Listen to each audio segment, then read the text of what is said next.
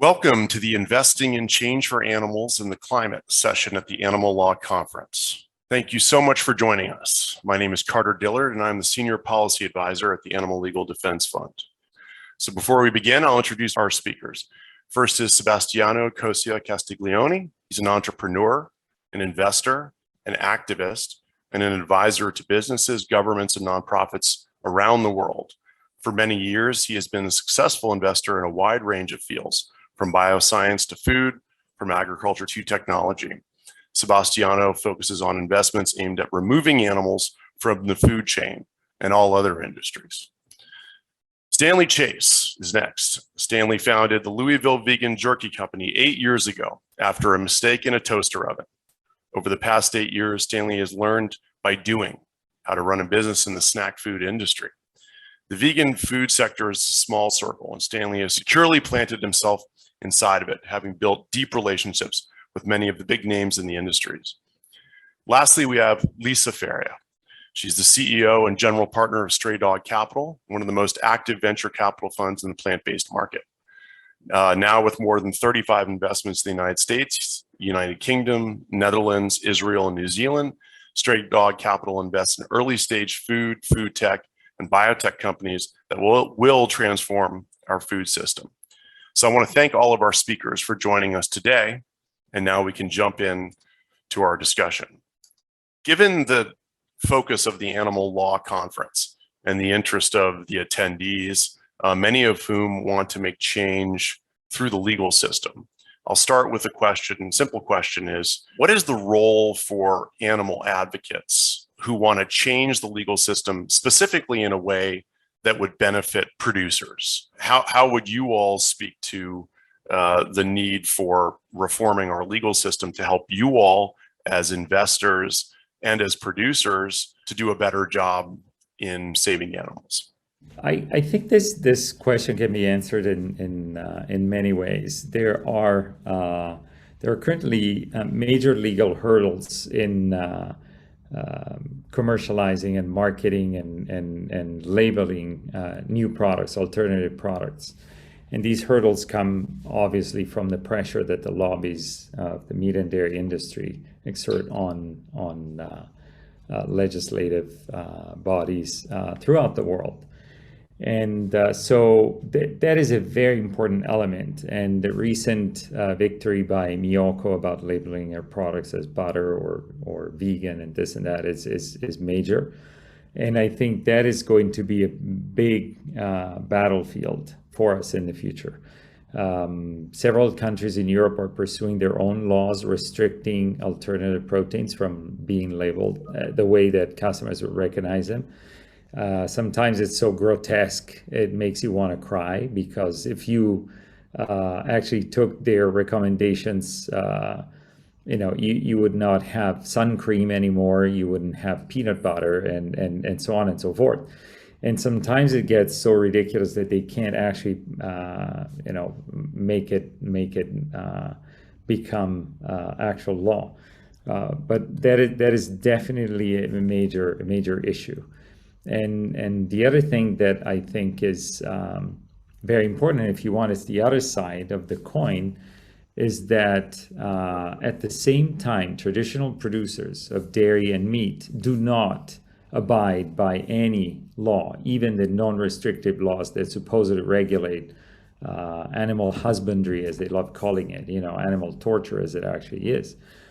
And so I think we need to put pressure on the two sides. One, to give the due space to products that customers expect to be called the way they should be called, almond milk and not something else. And on the other side, keep putting pressure on animal torturers so that they respect at least the few regulations that are in place that they should abide by. It's a great point, Sebastiano. And we, from personal experience watching the big animal ag pass laws that made recording the torture of an animal something for which you would spend more time in jail than actually torturing the animal, which is the case in Utah's ag gag law, the power that they hold over our democracies can't be overstated. So I agree with you. I think Sebastiano mentioned a few, but it really is a game of how do we continue to pave the path for these alternative protein companies to be successful in the market. And that is a combination of things. There's plus things that we need and things that we don't need. And the things that we do need is additional help with passing policy that will help provide, whether it be funding or regulatory ease or ease of labeling, protection of labeling, to Sebastiano's point, et cetera. What we don't need is particularly the smaller lobbyist groups within the animal producing industry have taken this as an area of fundraising because they are able to attract a lot of emotion in the producers behind it and then ergo get a lot of funding. And those are the ones trying to throw wrenches at the labeling process and just making everybody waste a ton of time. At the end of the day, we feel very strongly that it's not gonna hold, but it's still gonna make us all waste a lot of time and money trying to fight it, and it's gonna make the communication to consumers a lot harder. So help continuing to pave the path and keep it free for true competition and representation is clearly very important, and definitely ag. Continuing to fight that. I think everybody is very aware, very aligned on that. And we continue to see those laws pass a lot due to the work that you all have done in this space, because then that allows for us and our companies to continue to show the consumer how bad the system is. Without that, there's a lot less visceral reason to move and to give these other companies an opportunity, both from a governmental standpoint and from a consumer standpoint. Thank you. Stan? Yeah, this is such an interesting conversation, and I love hearing other people's perspectives on it because, I starting this company, I ran a food blog, a vegan food blog back in 2007. I worked in some vegan restaurants for a while. I started a vegan food truck in Kentucky, which was pretty crazy at the time back in 2010. And these issues started coming up with labeling pretty organically for me, and I had nowhere to turn. I didn't even know there was anybody out there fighting these laws, and I actually didn't even know they existed until we started getting kicked off of shelves. We had quite a good distribution going in Canada, and I was running my company out of a tiny little kitchen in a basement of a church, and I started getting emails saying, "Hey, your product can't be sold here in Canada anymore. We just lost, 10 cases." And I was this tiny little company, and I didn't even know what to do. I started trying to reach out to people online. But that was my first taste of it many years ago. And then the news reports started kind of popping up, and it's kind of like you can see the legal games that are being played, and obviously people are nobody cares about the labeling. It has nothing to do with that. It's more about it's more of the game that's happening, and people trying to find ways to slow this progress down. And it's frustrating as a manufacturer because I'm stuck in this. I don't know anything about law really, other than what I read online or what people tell me. And I'm stuck in between these little battles that are happening. So it's frustrating, but it's also now, in 2021, I'm excited that there's people out there doing this stuff on our behalf and trying to push this movement forward, because there are certainly a lot of people out there that don't want to see this, this happen. I hope that it continues in the direction of fighting it and kind of putting it behind us.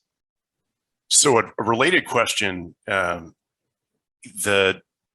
traditionally in some of these legal battles, and I think Lisa alluded to this, you'll see animal activists come forward to try to maybe challenge advertising by animal producers or protect marketing, the ability to market products plant-based producers might have.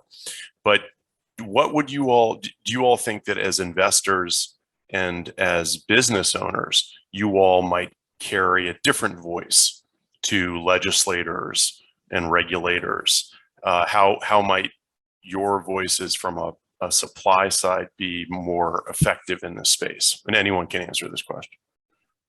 Yeah, I'll take a stab at it. I think that what's happening now is that we've been seeing these demographic shifts happening because of millennials and Gen Zs for a while now. But what's happening right now is that they're here. The majority of the workforce is now the millennial generation. So it's no longer like they are just growing up. They're in college, you know, they maybe are going to be doing this. They are here and they're now the majority of the workforce, and they have gigantic purchasing power. They are going to change government policy, food systems, which is what we're trying to produce. Is we're trying to fulfill their demands and their requests and what they want to be eaten. And so it's just a matter of time. So as a legislator, you know, one of the things that we share with them is that, yes, we support startups. They're sort of like the next gen, right? Coming up in the next 5 to 8 years. But they are serving the growing and continuing to evolve and, you know, be more significant as a part of the marketplace. And if it becomes a confrontational / you know, blocking strategy that doesn't serve their own voters, that is their risk to take, if that makes sense, because more of the population wants to have these products. It's not, you know, there was one time I was on a panel and a farmer stood up and was very impassioned about, you know, how this farm had been in their family for generations and generations, and we were pushing them out of business. And I said, it's not us. We're not pushing you out of business. The consumers, the majority of people are wanting different products, and we can either provide that or they will go somewhere else and they will find those products. They will make this happen. And so it really becomes a situation where, with the facts, the data, and the inevitability of these generations that are frankly better for the earth are already here. They're already changing everything. And you can either get in the forefront and continue to support as we're shifting, or you're going to get caught under the tsunami, because it's coming no matter what. Millennials are 4 times as likely to be vegetarian or vegan as baby boomers. They are a completely different generation than any before. And we're here to serve them. It's not us trying to push something that's unwanted. It's us serving the consumer. If I may jump in, Lisa, I think what you said is right, but I wish I could be more optimistic. The point is, I don't think politicians care about serving their voters. They care about serving whoever pays them through lobbies or corrupts them directly. And they show this over and over and over, not just in the US, but everywhere around the world. In Europe, you have to consider that 20% of the European Union budget, not agricultural, the entire budget, 20% is subsidies to the meat and dairy industry. Serves no voter, serves no good purpose. It only perpetuates a horrible system of waste and pollution and destruction. And politicians couldn't care less. And so I'm afraid that, you know, unless they're wiped out by several elections, what's going to happen is they will keep serving their, you know, anyone who pays them, because this is what it is. They get money in exchange for voting this way and distributing subsidies that make no sense whatsoever. In Europe, you probably read and heard the parliament or the commission and the parliament just passed what's called CAP. It's the new agricultural program, which is exactly the same that it was before, with subsidies only to meat and dairy industry. But they extended the program to 10 years so that it would not be changed in the meanwhile. It's horrifying. So I wish I could join your optimistic statement about how the millennials are going to change things. I'm afraid it's a little further down the line. Stan, anything you want to add? You know, as a business owner from the beginning, I think I just kind of naturally gravitated towards trying to shift people's opinions through the product. So, you know, a lot of times I find if I tell this story all the time. I was at a a food conference, or it's like a food trade show, and they put me in the jerky section. I was surrounded by jerky manufacturers, and we're talking, I'm in Kentucky. There's hunters, there's a lot of just that vibe. And I stepped in there, and the minute they came over and started asking me questions, they were being pretty rude at first. But I just was, kind of just trying to talk to them as I would anybody else. And they asked me if they asked if my jerky was made out of vegans.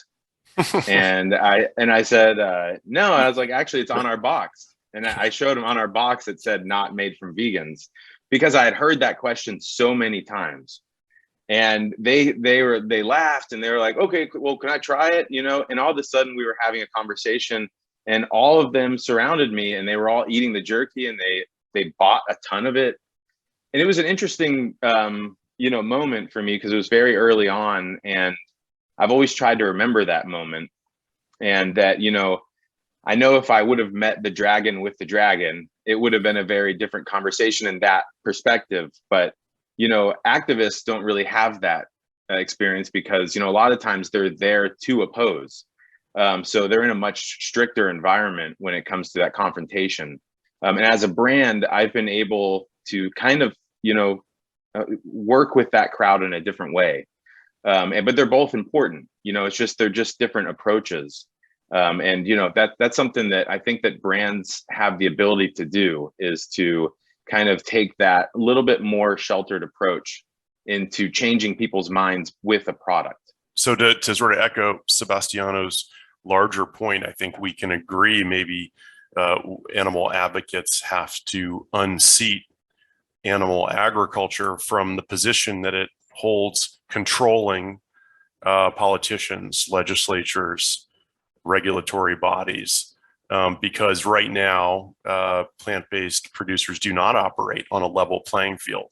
It's unfair competition because the animal ag industry is essentially captured our democratic process. So with that in mind, I think the question is, can we isolate for advocates one particular legal hurdle that you all would like to see addressed? And some of the ones that we've discussed include the inability to get your products to market in a way that actually reflects the product. So bans on particular use of terms, for example. Another will be blatant false advertising by animal agriculture. I've done dozens of false advertising cases against animal agriculture producers, and I can tell you, I think a lot of their advertising is simply they factor in as cost of doing business until they get sued over it. So false advertising might be another. Simply approval of product to market, like cultured or cell-based meat in the United States, obviously well behind Singapore. So I'll ask if you all see individual legal impediments to this market flourishing that you would point advocates to target. That's a fantastic question, Carter. I think the alternative protein revolution is coming and happening anyway, and unfortunately not because consumers want it or because it's better for the planet or all the other good reasons, but because water is running out so quickly that there's no alternative. There's absolutely no way they can keep producing food through animals because there's not going to be enough water. Any other reason, including destroying the planet or affecting people's health as they do, or, whatever other reason, they don't care. But water makes it a necessity to expand production of alternative proteins very, very quickly. So I think that definitely for advocates, it is fundamental to pursue every kind of legislation that allows new products to come onto the market. And what's fascinating is that precision fermentation is already on the market. majority of rennet, for instance, nowadays is produced through precision fermentation. So it's sold. It was convenient for cheese producers and nobody stood in the middle. Now it's there. With cell-based meat, obviously it's much more complicated, and you can bet that they will do whatever they can to stand in the way of that. But I think we should definitely, as advocates, pursue the advent of all forms of alternative proteins onto the market as quickly as we can, or prevent them from putting further hurdles than they already have. To your point, Sebastiano, California, as it's entering this historic drought, and yet we still see animal agriculture in the valley essentially taking the people's water. You'll see water get trucked in for residential use while mega farms are pulling off the aquifer in a way that's destroying the environment. Again, an example of just how much control they have over legislatures. Lisa and Stan? Yeah, I think the continued visibility and exposure of the terrible state of industrial agriculture is so important to continue to give everybody visibility to that, to continue to protect and eliminate any barriers that they might place in order for consumers in general, regulators, et cetera, to see what's going on. It's very important for all of us, not only because obviously the suffering of animals and the treatment of animals, but also because, as we've seen with so many other diseases, most of the novel diseases are coming from our interactions with animals.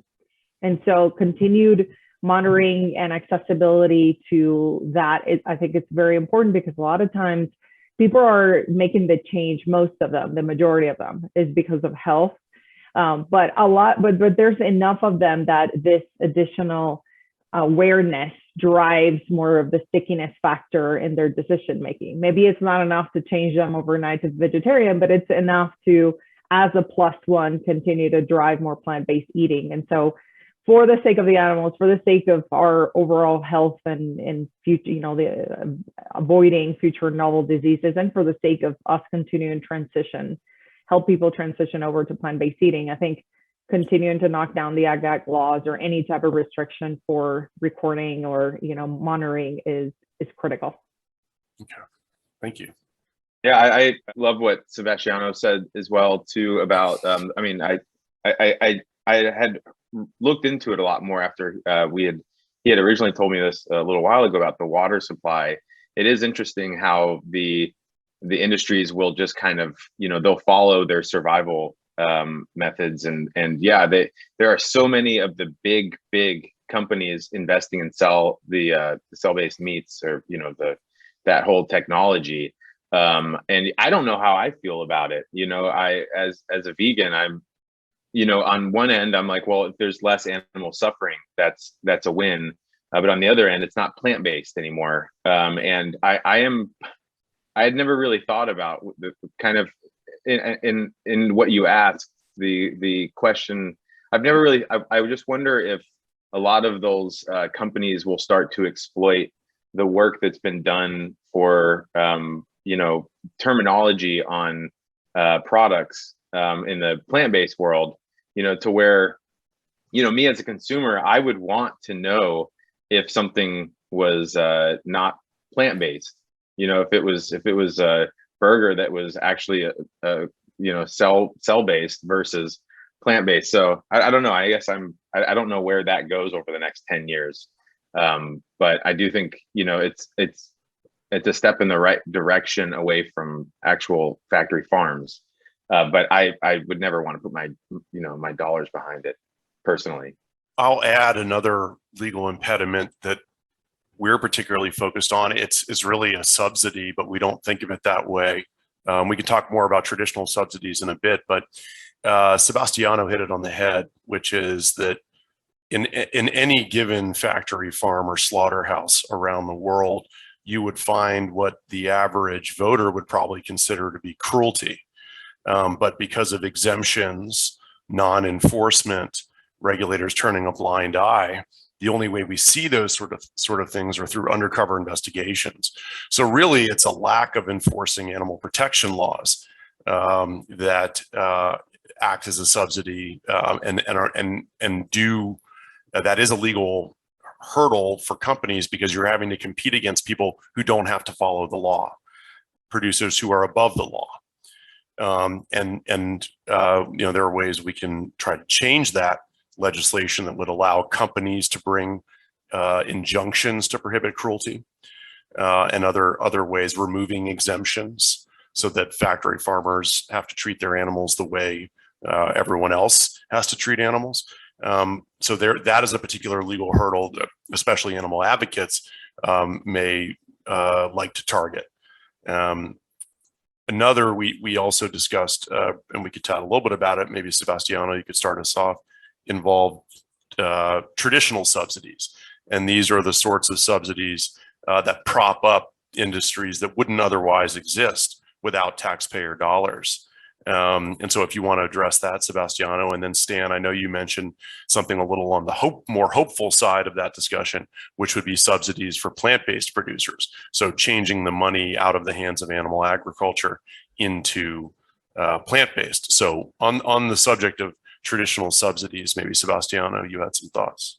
Yes, I'm of course, the more I learn about traditional subsidies, the more appalled I am. And I've learned a lot recently through the work of Silvia Spurek, member of the European Parliament, who's a vegan and an advocate for the animals. And so what her team has discovered is that subsidies to animal agriculture don't only flow through the regular channels. So they're not just the subsidies that are clearly marked to be distributed to that industry, but they access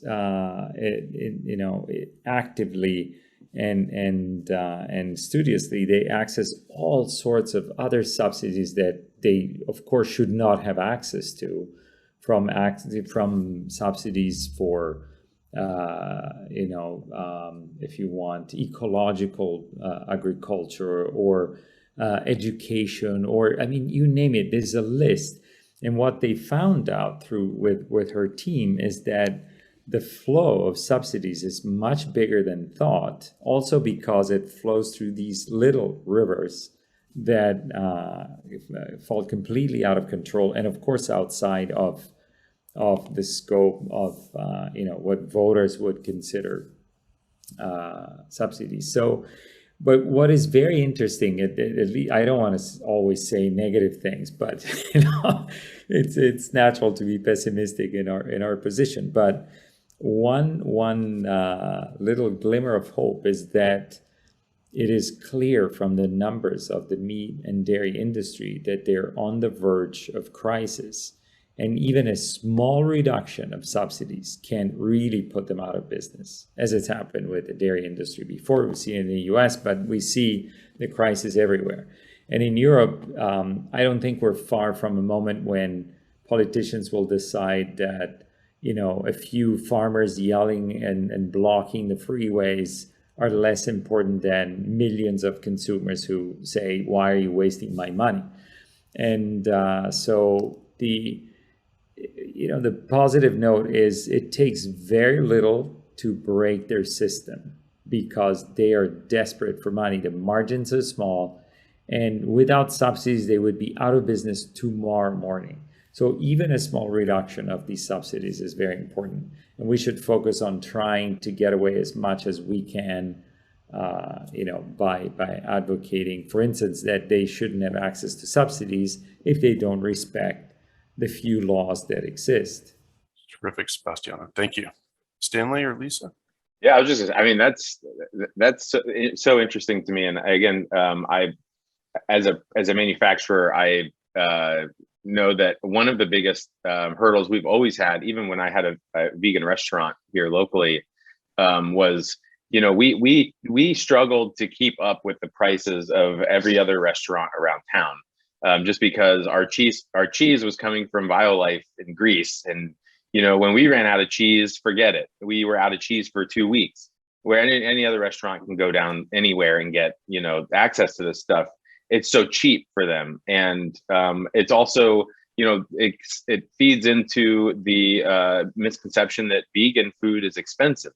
And that's like one thing that just flows around in the world, where people just have this idea. And a lot of it is because, these meat and dairy products wouldn't be so cheap without the subsidies that they're getting. I mean, that's why they can have this really bottom level price. And the vegan world has never really had access to stuff like that. And that's been a huge hurdle, trying to get our alternatives to match the price of something that is just inherently, getting all these benefits from the government. That, it's like, well, how can we even get down to what they're offering and make this a level playing field when they have all these advantages? It's really difficult. Thanks, Dan. Lisa, any thoughts on your experience with subsidies, direct or indirect? Yeah, there's definitely a unfair advantage that these subsidies provide because of the things my colleagues have said in terms of providing them with a price advantage that makes plant-based proteins more expensive. And at the end of the day, in order for us to drive the transformation we want, we need to get to the price we need to get to, so it's widely available for anybody. And there's a lot of organizations that are working towards this. The Department of Energy has a whole department grant for alternative energy. So it's not completely unheard of to have support from the government on research or subsidies. And Good Food Institute, among many others, are trying to do that exact thing, starting out with some grants for researching cell agriculture or different protein alternatives that are not wheat, corn, pea, et cetera. And things that will help the category as a whole. It's going to be a long process for sure because of all the lobbyists and all the things that we've mentioned before. But I do believe that there's enough push and energy towards that something will come out of it, whether it be some subsidies for research or some subsidies for plant-based proteins or something or the other, because there is a track record of that with alternative vehicles and alternative energies getting funding from the government. Exactly. And my hope is, as Sebastiano flagged water as one of the inevitable forces that'll impact the industry. I think obviously animal agriculture's role in the climate crisis and the fact that these subsidies essentially represent taxpayers funding their own children's and grandchildren's suffering in what will be a degraded ecology is something, if that point is driven through to taxpayers, especially during elections, around the idea of changing subsidies, that could be something that's sufficiently impactful. Just real quick to add to that, in I don't know if I'm saying this right, in Ghent, in Belgium, they had years ago had started all government employees were mandated to eat a plant-based meal every Monday. And it was, it was amazing because it kind of became the veggie capital. I mean, restaurants started adapting to it, and it really started to open up the flow of passing on to just your everyday consumers, because this was a huge incentive for restaurants to have that meatless Monday. And that's like one cool example that I've seen that that these government decisions can actually impact the way consumers perform, and also what restaurants are providing. So I think that's pretty neat. For sure. Yeah. And I think, a lot of the reaction people will have to something like that is, well, I don't want to be told what to do. But having traveled around the United States and seen that the only protein available in a lot of food deserts and a lot of rural areas is animal products, and those products are only there because of subsidies that the taxpayers paid for, they're obligated. They don't have a choice. So when we think about choice, I think we could think more broadly. We'd like to be able to choose to be free of the animal agriculture driving the climate crisis, driving water shortages. So I think libertarianism, and hopefully to Lisa's point about a generational shift in thinking, that the idea of freedom, liberty, and choice can be enlarged to include, show the value of shifting to a plant-based economy. I want to shift to, we've been talking about the law, some of the legal hurdles, some of the impediments to the plant-based and eventually cultured cell-based industries flourishing.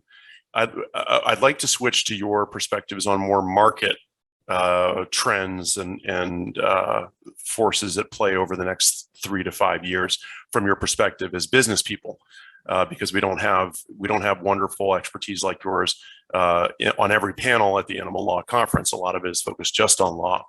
But before I do that, maybe we can just take a minute to hear a little bit from Stan about his experience in Kentucky, in Louisville, because I think it's a fascinating example of how a business can also serve as a hub for larger reforms. I always thought if I had my own company, I would make real change, and I would actually invest in the community and, not just the product. Even recently, we're moving into a new community that, it's a small community here in Louisville called Shelby Park.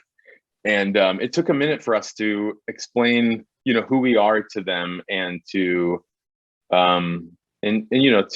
create a positive relationship, and let them know, convince them that we were not some corporation that was going to come in and start kicking up dust and not care about the neighbors. So we've been doing a lot of work. I've been to every single neighborhood association meeting in that neighborhood since April, and I've meet with a lot of the people in the neighborhood frequently. We're creating a bag that is a Shelby Park specific bag. The bag will be limited edition, and it'll raise $10,000. It's a real check that's written to the neighborhood for them to put into their parks, for them to get new signage.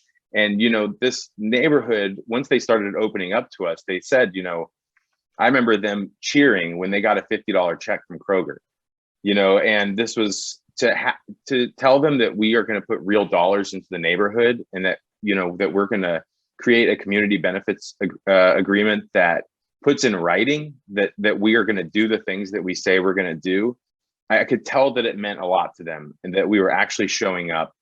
And, that's when our relationship really started to grow, with the whole neighborhood. And we have so many things that we're committed to doing, as far as, enriching not just the company and the products, but also the employees' lives and the community's lives, so that everybody is a collaborator and they all kind of feel the benefit of the growth and get behind the product, which is really important. And I've always wanted to lead a company like that. And, we're really hoping to continue that work. And, everybody that works at the company has the same mission underneath, or at the core of what we're trying to do. So that's been a really important thing. That's terrific. Yeah, I definitely appreciate the local story of what it means to benefit the public and not just extract from it, which is what animal agriculture specialized in doing. Their whole model was minimize labor costs by mechanizing, put all the cost, welfare, environmental, public health, and otherwise on others. And obviously, regulators, legislators have bent to that. So thanks, Stan, for that. And I'll open it up to you three, and maybe actually, Sebastiano, you could start us off. What you see, and not so much in terms of the legal interface with your work, but in terms of market trends in the next 3 to 5 years for the industry. Well, good question. What's fascinating is as recently as early June, the CEO of Cargill at a public conference stated that he thinks that plant-based alternatives to meat and dairy will represent 10% of the market in 3 to 4 years. And for him to say that, it means, that really means a lot. And I agree. I think this is happening. Again, as I explained before, mainly because of water resources that are becoming so scarce, they cannot do what they were doing anymore, and it's going to be so expensive they really can't. But there are big market trends, as Lisa mentioned before. There's a very recent poll taken, performed at the end of August by People Say, that shows it's actually a very good a very good sample that this poll is based on, over 30,000 people. And it says that 54% of Americans tried what they called fake meat. 70% of those who tried so-called fake meat enjoyed the experience, and 60% stated that they will buy it again. These are the highest numbers we've ever heard in the US regarding alternatives. So I believe the trend is there. It's happening for many reasons. And if we want to talk about specific trends in the market, I would say that based on consumer habits changing and how this is evolving, I would say that probably the most successful products will be the ones that effortlessly replace meat and dairy.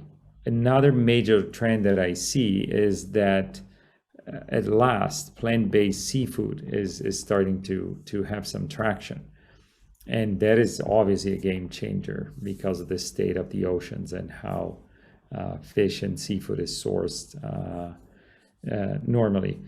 But in general, what I would say is the most important trend is it's not vegans and vegetarians that are buying these products, it's everybody, and they're buying them more and more. And whatever reason they're doing that for, it's a phenomenal, beautiful trend. Terrific. Stan or Lisa? Yeah, I want to build on what Sebastiano said, because absolutely we're seeing an acceleration from a consumption standpoint of people trying and keeping more plant-based eating. But there's like two connected trends to that I continue to be fascinated by. When we started investing in this space, there were only a few of us, Sebastiano, ourselves, a few other groups, and most of us were mission-based investors. So we were investing in the space because we want to relieve animal suffering, among other things. What we started to see is that investor interest has grown dramatically after Beyond Meat. And so we had a whole new group of investors come into this space, non-mission based, just regular general investors. And they have really helped accelerate the category because there's more money for entrepreneurs, they can grow faster. And so we see the pace of innovation moving faster because there's just more capital for these companies to go through the different raises quicker. And at the same time, related trend to that is that we're seeing some of the institutional capital. We're talking about pension funds, really big conservative BlackRock, Barclays of the world, that have started to look at this space, both from a public market, because they're looking at Beyond Meat, Oatly, among others, perform really well in the public market. And they look at other companies and their stock grow very sluggishly and unexcitedly. And so they're starting to look at those companies as a potential source of additional profitability on the public market. And then on the private market, they're starting to get some exposure by investing in funds like ours in order to continue to not only diversify their portfolio, but also because they believe that there's profitability to be had. And so with more money comes a faster pace of innovation, comes entrepreneurs, incredibly talented entrepreneurs like Stanley here, might look at different channels of entrepreneurship and say, well, 10 years ago, if I go, or 15 years ago, if I have to go into food, then that's going to be harder for me to raise money. It's going to be harder for me to exit. Let me just go over here. Well, now what's happening is that they're looking at food and they're looking at the whole chain, including exit, and they're very attracted to that. And so we're seeing, incredible, amazing entrepreneurs that are super innovative come up with all kinds of products. So I think that movement and interest from the capital markets are also going to be very helpful when it comes to regulatory pressures, political pressures, because it's money talking to money. There's only so much that we can do as investors, but when you have a BlackRock that has quite a lot of clients, diversified and invested in the space, then all of a sudden it's their business too, to make sure that this category continues to be fairly regulated and structured. Great, Lisa. That's excellent. Stan, anything you want to add? When we were looking to get a loan to build our new facility, even though there's this great movement happening across the world, no banks in Kentucky wanted to touch us because we're in Kentucky. And they were just like, nah, like that's not real. Like that's, this is going to die down in a year or two. This is trend, but it wasn't until we found a bank that this because in Kentucky, a lot of the money is tied to the old bourbon world, and it's just a lot of old money. There was a bank that one of the decision makers had a vegan nephew or grandson or something, and that was our foot in the door. So he like let him try it, and he loved the product, and so that was really interesting and experience, just kind of going through all that. But yeah, Lisa, you're totally right. Like the Beyond Meat thing was just humongous for even the public to legitimize the movement. It just legitimized it in a way, I think, that I've been waiting on for years. Thanks, Stan. I think we're coming up on our close, and I'd like each of you just to add anything you'd like to add. I'll just say, I think what we've come to conclude, which is not really surprising, is that animal agriculture really has captured the democratic process, and this leaves plant-based and eventually cell-based producers with an unfair competitive disadvantage. So one thing lawyers, legal advocates can do is target particularly egregious examples of that capture.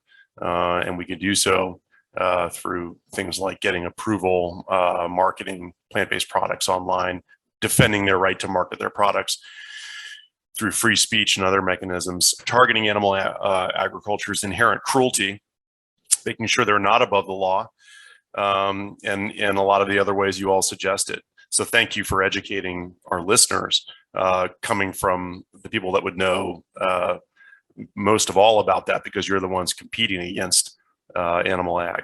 But anything you all would like to add individually as we sort of wrap things up? Lisa, perhaps you want to? Yeah, I mean, I first want to thank everybody listening, and thank you for being such great partners. We and our companies couldn't do it without you, because without really, like was mentioned, without fighting all these different unfair challenges to free speech or all these ag laws, like we would be in a much worse spot. So thank you for continuing to carry that battle, because as we are focusing on innovation, as we're focusing on, getting amazing entrepreneurs like Stanley to help move forward, as we're putting these products into the market, anything that you all can do to continue to pave the path and be tailwinds to that whole process, that would be incredibly helpful, because we will get there in the end. It's just how much money and time and effort will be wasted in fighting these random things on the side, as opposed to really driving innovation and getting to market as quickly as possible. The regulatory path is going to be an interesting one, particularly for cell-based, and how quickly we can get through that process so these products can be on the marketplace. That's going to be really critical in the next few years. There's quite a few cell-based companies that are doing pilot plans right now. So we're within shooting distance of this, making it into market, and the more help that we can get to clear the path for these products and get them in the hands of consumers, the better, because it is a win-win-win that we're trying to look for here. We're trying to put products in everybody's hands and mouths that are better, that actually won't make you keel over if you eat too many of them. It's a better food system. It's not, I think Sebastiano said it beautifully, it's not a minus. We're not taking things away. We're trying to add things. We're trying to create a food system that is not only sustainable, but it's actually better for all of us in every way. And so that requires a partnership from all the stakeholders. And we continue to look forward to growing that partnership and getting into the other side. Thanks, Lisa. Sebastiano? Yes, I also would like to thank everyone listening in, and ALDF for their fantastic work. And I think that there are two important things. One is, of course, the regulatory path will be complex, but it's my belief that will be simplified once bigger players are in the game. We now know that Nestle, as of a month ago or so, announced that it's investing in cell-based meat, and I think that is going to propel the entire industry and simplify the regulatory path, because when big food companies play the game, they usually simplify everything for everyone else. But on the other hand, what I think is very important in the process of bringing consumers and legislators to the right side, so decreasing the help and subsidies to the animal agricultural industry, and but also simplifying consumers' life. Some of the work that is very important that ALDF can do and other stakeholders can do is to protect our undercover investigators going into the horrible, torture farms to show the reality of animal-based food. Because let's not forget that it's not only unhealthy and destroying the planet and polluting and dangerous for public health. This industry is based on torturing, abusing, and killing animals. And that is completely horrible and needs to be brought to light all the time. We need to remind everyone that this is happening behind the scenes, and that there are photos on the packages of happy cows in a grass field or things like that are completely fake. So on one hand, I think the work that ALDF is doing in general is obviously outstanding, including winning battles on labeling and regulations. But on the other hand, we can never forget that what is going to tip the system into the right direction is knowledge by consumers that there's something fundamentally wrong with obtaining and producing food through animals. And so I want to thank you, ALDF, for the fantastic work that you always do on all fronts. And your work is fundamental, as it's shown in history, but even recently with Miyoko's victory on the label. So we can't do anything that we do without your help and without you. Thank you, Sebastiano. Thank you very much. Stan, any last thoughts? I too wanted to thank everybody that was interested in this subject, and also, watching this video and trying to learn more about it. It's encouraging that, like I said, I didn't even really know there were people out there like this until a certain point, and I was pretty thrilled to learn that people care enough to approach this really tricky legal stuff that exists in the movement. But seeing companies like ALDF and even PBFA, the Plant-Based Food Association, it's been neat to see legitimate organization. And before, I feel like a lot of the discussions were happening in little pockets online, and to actually see legitimate movement in this field, that's kind of the way we look at the plant-based food world. It's like the meat and dairy industry have been so organized and just become like an institution that putting an Impossible Burger up against a cow burger is, you can see that one is like the Impossible Burger is more innovative and more interesting and has a lot of excitement around it. And I think that even in the legislation world, that's starting to happen to the counterpart of what's the kind of ugliness that's been around for forever with factory farms. But yeah, and even seeing companies like KFC starting to get on board now and wanting to veganize their entire menu, mind blowing to see those. That is real movement. I think that all of this stuff, like you said, it is inevitable. It is going to happen, and these are the times that we'll probably be telling people 20 years from now, what it was like going up against this stuff. But it's really happening, and again, I find it so encouraging that there are people that are interested in showing up and actually putting their energy and their entire lives into this stuff. I wanted to add that on the path to our common struggle being successful, it is really key that there are products as delightful, well made, and scalable as the ones that Stanley produces, because that's how you win the hearts and minds of consumers. We win the battle if no one has to think about the fact that they're eating something alternative or something different than what they're used to, or that someone is taking away their favorite food. So thank you, Stanley, for doing a phenomenal job at that. And by making products as delightful as yours, we can really win. Agreed. Very well said. And I'm honored to have been here with you all. Really, you all are the ones showing the results and driving the change. And I hope that the field only continues to grow. So thanks for joining us.